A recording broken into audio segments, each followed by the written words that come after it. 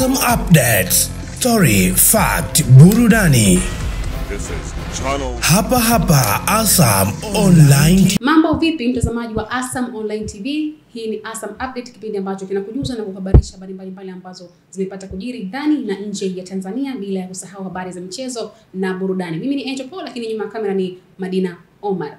Na miongoni mwa taarifa ambazo nimekuandalia kwa siku hii ya leo ni kuhusiana na mfanyabiashara anayeitwa Azizi Msya mwenye umri wa miaka 39, mkazi wa Mbarai, wilaya ya Moshi. Amekutwa nyumbani kwake akiwa amefariki dunia kwa kujinyonga na kamba ya katani iliyokuwa juu ya kenchi. Akithibitisha kutokea kwa tukio hilo, kamanda wa jeshi la polisi mkoani Kilimanjaro, Simon Maigwa, amesema kwamba uchunguzi wa awali unaonyesha kwamba marehemu alifariki dunia kutokana na msongo wa mawazo. Na msongo wa mawazo huo inasemekana kwamba umetokana na kuwa na madeni mengi, ambapo anadaiwa na benki, lakini pia anadaiwa na watu binafsi. Sasa jambo hilo ndio ambalo limepelekea kifo cha kijana huyu ambaye ana umri wa miaka 39. Je, na wewe unadaiwa? Na kama unadaiwa, je, ni hatua gani ambazo unazichukua ili uepukane na haya madeni ambayo yanakukabili? Sasa tukiachana na taarifa hiyo, tupande pipa na tuelekee kule nchini Japani, ambapo mwanariadha anayeitwa Russell Yoni mwenye umri wa miaka 22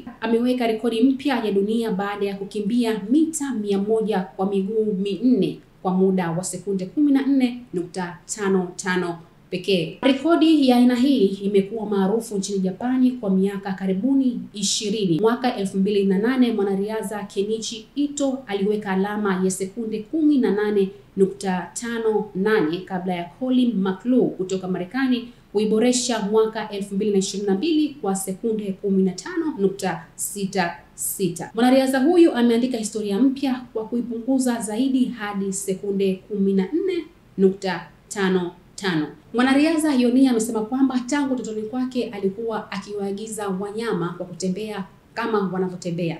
Na kutembea huko miguu miwili, mtazamaji, si kwamba anatembea kwa miguu miwili, bali anakuwa anatembea hadi na mikono. Bila shaka utakuwa umeiona hiyo video ambayo imepita hapo. Mimi ni Angel Paul, lakini bila kusahau wadhamini wa kipindi hiki ni Asam Electrical Company, na nyuma ya kamera ya picha wangu ni Madina Omar. Hadi wakati mwingine.